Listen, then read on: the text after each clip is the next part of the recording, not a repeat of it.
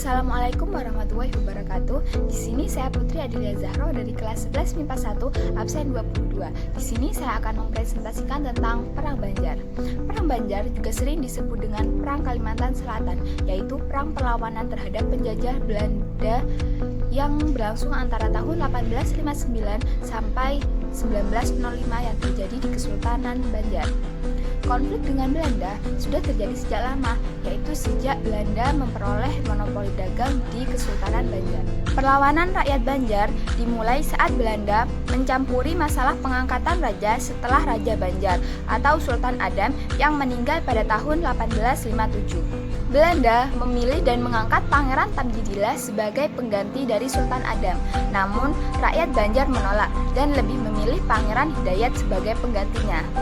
Pada tahun 1859, berkobarlah peperangan di Kalimantan Selatan yang dipimpin oleh Pangeran Antasari. Pada saat itu, Pangeran Hidayat memihak kepada perjuangan rakyat. Kepihakan pangeran tersebut membuat beberapa tokoh ulama ikut membantu perjuangan rakyat Banjar. Pada bulan April 1859, pasukan Antasari mulai menyerang pos-pos Belanda di Martapura dan Pangrod. Setelah itu, pasukan Banjar yang dipimpin oleh Kyai Demang Leman berhasil merebut benteng Belanda di Tabanio pada bulan Agustus 1859. Peperangan di Banjar ternyata membuat Belanda marah dan melampiaskannya kepada Pangeran Hidayat dengan memecatnya dari jabatan sebagai Mangkubumi. Selain itu, Belanda juga menurunkan Raja Tamjidillah dari tahtanya pada tanggal 11 Juni 1860, sehingga jabatan raja menjadi kosong.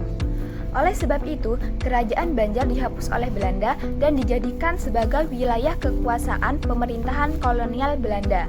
Peperangan yang terjadi di Kalimantan Selatan menjadi meluas ke berbagai daerah karena kebijakan pemerintahan Belanda.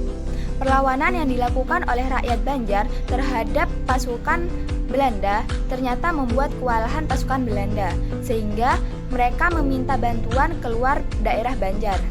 Belanda berhasil menangkap Pangeran Hidayat pada tanggal 3 Februari 1862 dan dibuang ke Jawa. Tertangkapnya Pangeran Hidayat membuat Antasari diangkat menjadi pemimpin pasukan Banjar pada tanggal 14 Maret 1862. Dan diangkatnya Pangeran Antasari sebagai pemimpin pasukan Banjar mendapat gelar Penembahan Amiruddin Khalifatul Mukminin. Pada tanggal 11 Oktober 1862, Pangeran Antasari gugur dalam pertempuran di Hulu Tewa. Perang dilanjutkan oleh Gusti Matseman dengan pusat Hulu Barito. Perlawanan rakyat Banjar berakhir pada tahun 1805 di bawah pimpinan Gusti Matseman. Sekian yang bisa saya sampaikan, semoga bermanfaat. Kurang lebihnya mohon maaf. Wassalamualaikum warahmatullahi wabarakatuh.